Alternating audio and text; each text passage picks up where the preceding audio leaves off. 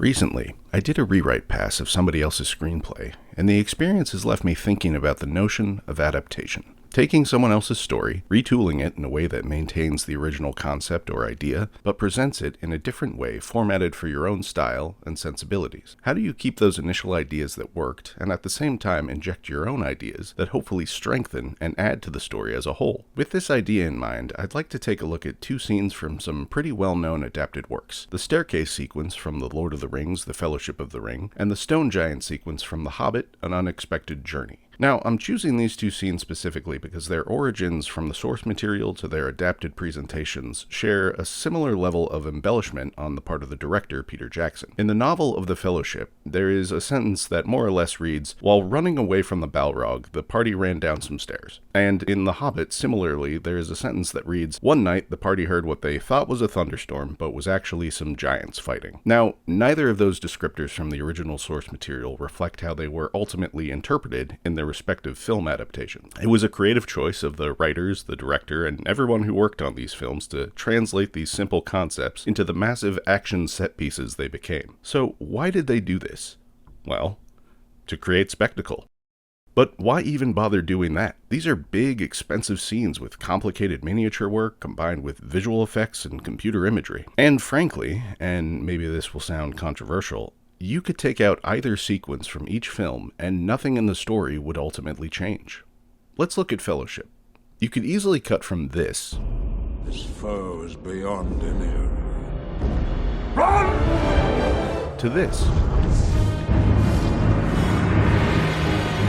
And similarly, in An Unexpected Journey, you could cut from this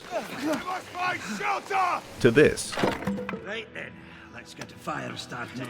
No fires. Not in this place. After all, in both instances, the respective parties survive the obstacles and suffer no significant losses. An editor might look at both of these scenes and think, let's just cut to the chase. However, I think there is genuine story value to be found within these scenes.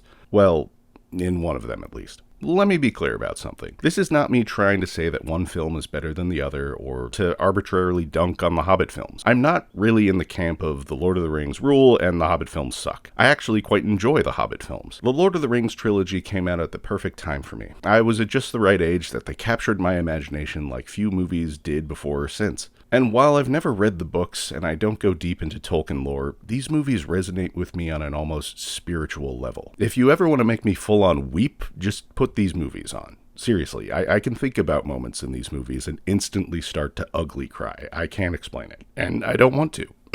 When the Hobbit films came out, I was admittedly let down by them. They didn't have that emotional resonance the first films had, but over the years I have developed quite a fondness for them as well. While I don't think they are as tightly constructed as the original trilogy, the sheer level of craft on display in those films is nothing short of awe-inspiring. And I've reached the point where I can definitely appreciate what they were going for, even if they didn't always get there. But anyways, let's get back to those two scenes. What is accomplished in each of these sequences? This may be common knowledge to most, but every scene, every moment, every line of dialogue, every aspect of the film should be in service of the story. A well-crafted story wastes no time, and this is universally true regardless of the medium. This applies to movies, novels, comics, plays, any form of storytelling. In film specifically, a well-crafted story should never waste the audience's time. Your audience has paid money to be here. If you're asking them to sit in a dark room with a bunch of strangers for nearly 3 hours without leaving to go to the restroom, you better make every moment count. And as we've already established, you could take out these scenes from either film and it wouldn't ultimately change the larger story as a whole. But since they were ultimately included in each film, we have to ask the question, do all the moments in these sequences count?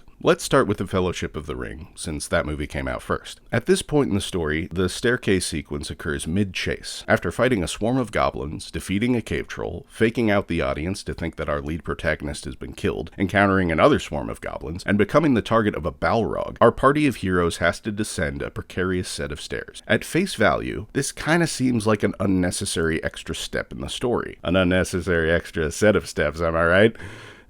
But it's not. And the reason is that this entire sequence, starting from Balin's tomb all the way to Gandalf's standoff on the bridge of Khazad-dûm, has been an exercise in building tension and escalating the stakes. For the first entry of the Lord of the Rings trilogy, traversing the Mines of Moria is the major obstacle of the film. If you understand 3-act structure, this is the second act climax. It's the big obstacle in the middle of the movie. In order to succeed to the end, our heroes have to get through this mine. And if you've ever seen a movie before, or consumed a story in another medium, you know that our heroes are probably going to make it through to succeed. It's going to be difficult, and it won't go according to plan, but they'll make it out of the situation one way or another. What the staircase sequence does is add to the difficulty of that obstacle, and ramps the pre-established tension up to 11. At this point in the chase, things are already looking pretty dire. Although we haven't seen it yet, we know that based off of Gandalf's reaction, the Balrog is the scariest goddamn thing ever. If it reaches our heroes, that's it. Game over, movie ends. So all they can do is run. Tension is high. Then, there isn't a direct path away. They have to go down these incredibly steep and narrow steps. Tension goes up a little. Then, there's a gap. They have to go one at a time. Tension goes up. The Balrog is getting closer. Tension goes up. Goblins start shooting arrows at them. Tension goes up. The Balrog is so big and menacing, its footsteps are making the ceiling cave in. Tension goes up. The gap in the stairs gives way. Now it's too far to jump. Tension goes up. Gimli almost falls to his death. Tension goes up. The Balrog is getting even closer. Tension goes up. A piece of the ceiling breaks the entire staircase free, and now Aragorn and Frodo are trapped on this unstable, teetering death trap. Tension is through the roof. Aragorn uses his quick thinking, they lean forward, close the gap, rejoin the rest of the party, the music kicks in triumphant, and not only does the audience breathe a sigh of relief, they cheer. This sequence by itself is a masterclass on how to play the audience's nerves like an orchestra. It builds and builds to a fantastic payoff that feels natural and earned. But let's look even closer at some of the smaller moments, because once again, none of this is in the source material. It's all being extrapolated upon by the filmmakers, and if this is a well-crafted story, this can't just be a matter of spectacle. Everything should be in service of the larger story,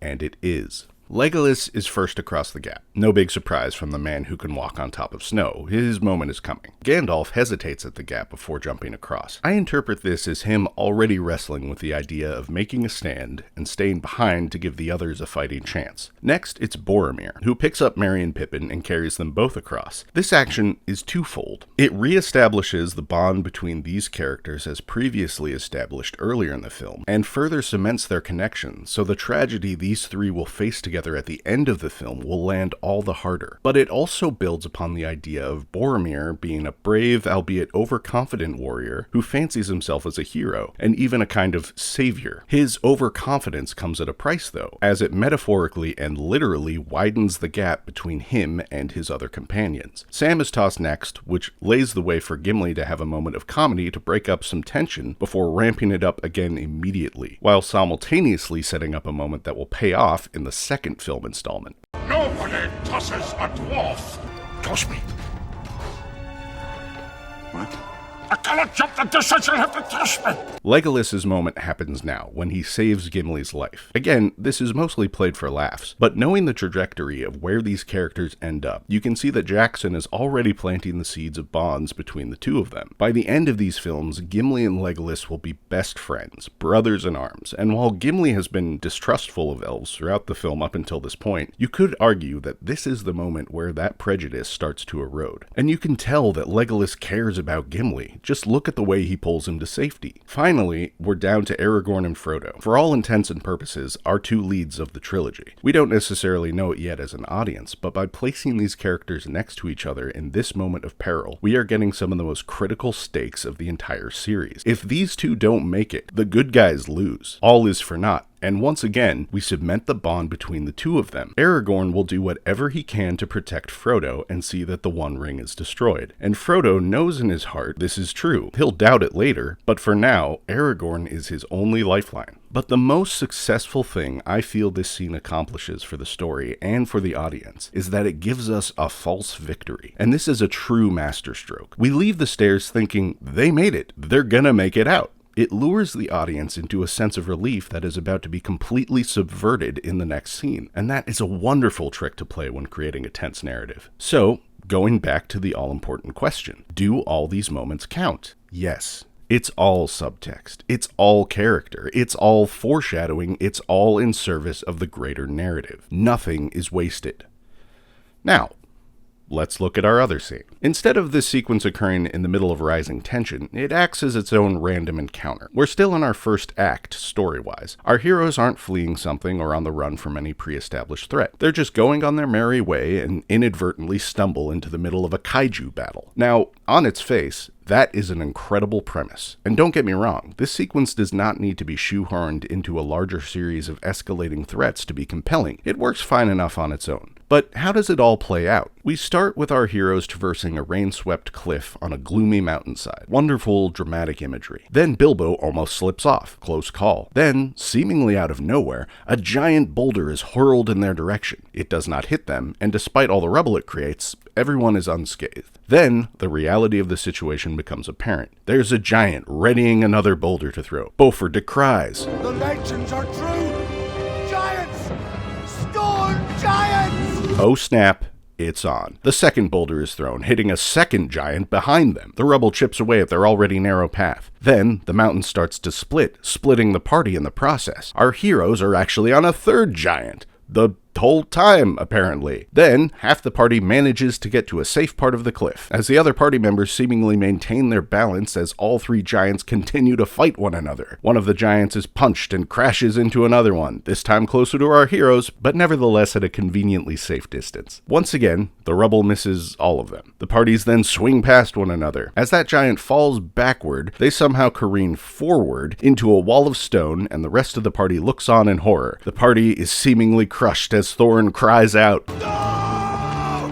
The defeated giant falls to its apparent demise. The other two are just gone now, and our surviving heroes hurry toward where their companions were crushed around the corner. As it turns out, they're all alive and well. Just a little disoriented. But where is Bilbo? Why, hanging off the edge of a cliff, of course. How did he get there? It happened off screen. Two of the dwarves reach out to save him to no success. Then Thorin climbs down to help him up. Bilbo gets pulled up. Then Thorin slips. Then he gets pulled up. And everyone is safe. Thorin calls Bilbo a burden. And scene. Okay, so there is a lot to unpack here. But upon first review, there is something that is clearly absent from this sequence that was in abundance during the staircase scene. And I don't need to be cagey about it. It's tension. And I'll get into detail on that in a moment, but there is something else that needs to be mentioned when comparing these two scenes, and that is the visual language in how they are presented. In the staircase sequence, there is very clear visual geography of where everything is in relation to everything else. You get these grand wide shots showing the layout of the space, how these things are interconnected. And again, this is all in service of the story and our characters' motivations in this moment. We're up here, we gotta get over there. This is what's in between. In the giant sequence, the geography is constantly shifting and changing. And while this helps to escalate the character's sense of anxiety and disorientation, it unfortunately has the byproduct of completely disorienting the audience as to what is going on and what they are looking at. The visual geography is not clear. I had to watch this scene probably a dozen times before I realized which group was still on the giant and which one was safely on the cliff face. It is not clear in its presentation, and that is a problem. But we are not here to talk about how this scene could have been reshot to make more cohesive sense. We're here to talk about how it plays with tension and what it adds to the story. Because again, if you remove this scene from the film, the larger story is unchanged. Going back to the idea of tension, this film is already starting with a major disadvantage. And this is a problem inherent in virtually all prequels. When we know a character is a part of future events, we know they aren't going to perish here. Bilbo is going to survive this ordeal. How do we know this? Because we see him as an old man in Fellowship of the Ring. We know from the jump he lives long past the events of this film. We also know that this particular film is the first of three, well, only two at the time of its original release, so he is at least seeing it to the end of this runtime and not falling to his death on this cliffside with these giants. With all that knowledge, how do you create any kind of tension for your audience? This is a bit of a side tangent, but when I saw The Fellowship of the Ring for the first time, I didn't know there were planned sequels coming down the pipe. I wasn't familiar with the books, so I thought this was it. And that ignorance made the staircase sequence all the more tense. I mean, talk about stakes. I was on the edge of my seat watching the whole movie through my fingers. So much so that when the film was winding down, I remember thinking, it can't be over. They haven't destroyed the ring yet. My sister had to explain it to me. And this is unrelated, but I also thought that the 1997 Star Wars re-releases were new movies.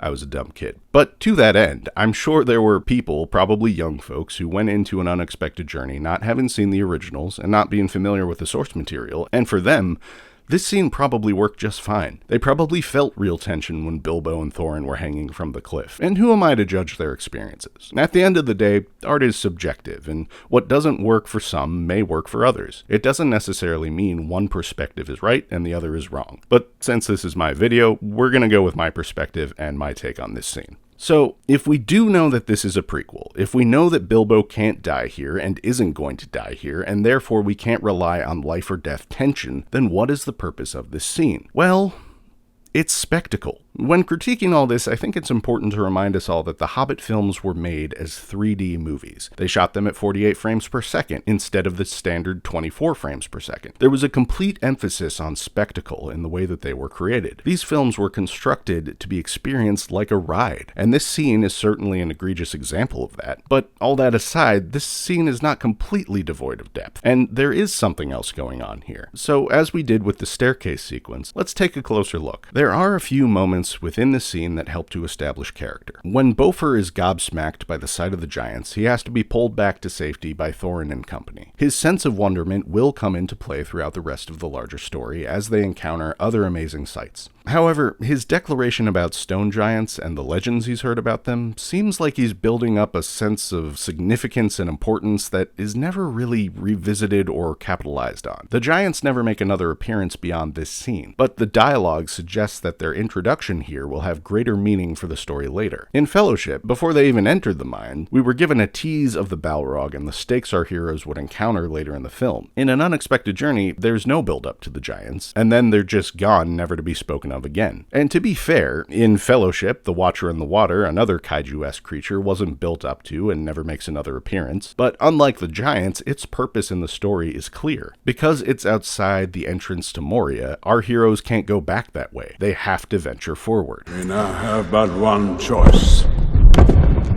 We must face the long dark of Moria.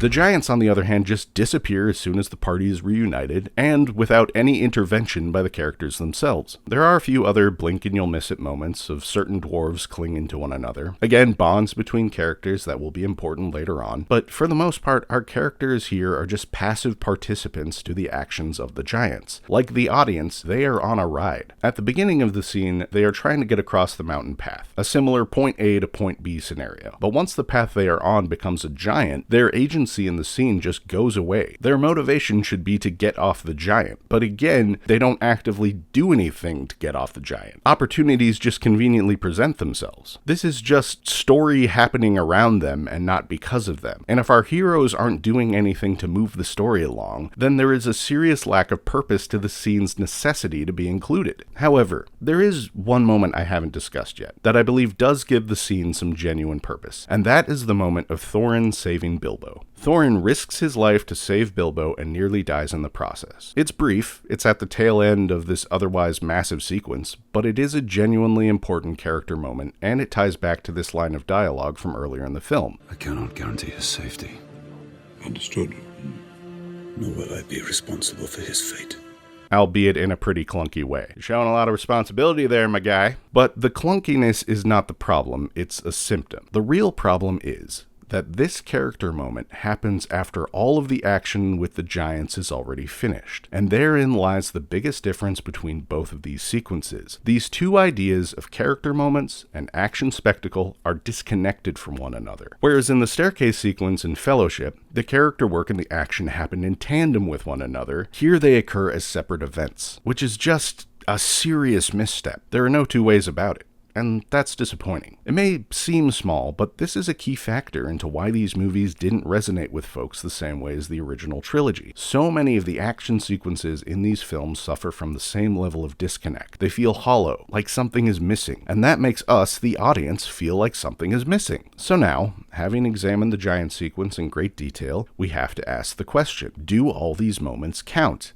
Well, I think it's pretty clear, but no, this sequence does not count, not in its current iteration as it exists in this film.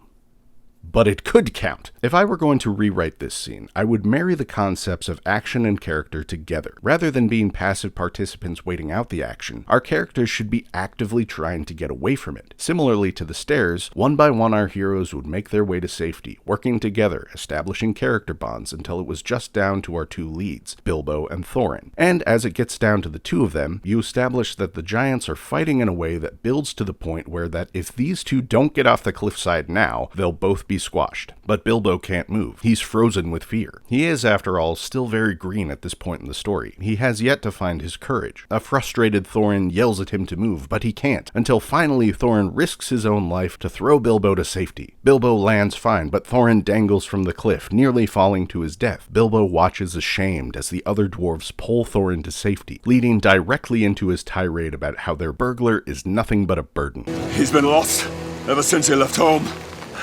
He should never have come. He has no place amongst us. Setting up a redemptive arc for Bilbo, and foreshadowing that eventually, by the end of this story, Thorin will find Bilbo's value and see him not as a burden, but as a friend and equal. At least, that's what I would do with it. Maybe you all have better ideas. Unfortunately, this is not the version of the scene we got, and it's easy to watch this film in hindsight and see how it could have played out. All these changes and improvements can seem blatantly obvious to an outside spectator, but making movies is hard work. You can't always see the bigger picture when you're deep in the middle of it, and the making of the Hobbit films specifically was nothing if not overcomplicated and challenging. I can't fault Peter Jackson for what I feel is a missed opportunity. I can only learn from it for myself, and hopefully you all can as well. I used the word clunky earlier, and I don't just use that as a negative descriptor. Let me explain what I'm talking about. I like to think of the first draft of a script as a stone square. Our goal as storytellers is to turn this stone square of a broad idea into a refined and polished stone wheel that rolls along without any clunks at all. With every new draft and tweak and addition and subtraction, we chip away at the square as best we can to smooth out the edges of the story. And usually in the end, we get pretty close to a passable wheel. No movie is without its faults, and you can always expect a few bumps here and there. But there are movies out there I'm sure we can all point to as serious clunkers. These are stories that either weren't chipped away enough by the filmmakers themselves, or maybe the studios came in and started gluing on pieces that weren't necessary and started taking out pieces that were completely necessary and ultimately created more clunks than otherwise would have been there if they'd just been left the hell alone in the first place. I'm losing the thread of the metaphor now, but hopefully you know what I mean. So, anyhow, this is the lesson I want us all to take. And this is not a new idea. This is a tried and true idea. Spectacle and story should always operate in tandem with one another. They are not separate elements, because everything you put in a script and on screen has to be in service of the greater narrative. It has to be there to make the wheel roll. So, take your time in the planning. Revise, rewrite, retool until you get it just right. Great art should not be rushed. When we get to set, we're all going to have to make compromises at some point. However, if you start with a solid foundation, you'll be able to find your footing if and when the challenges arise. Thanks for watching.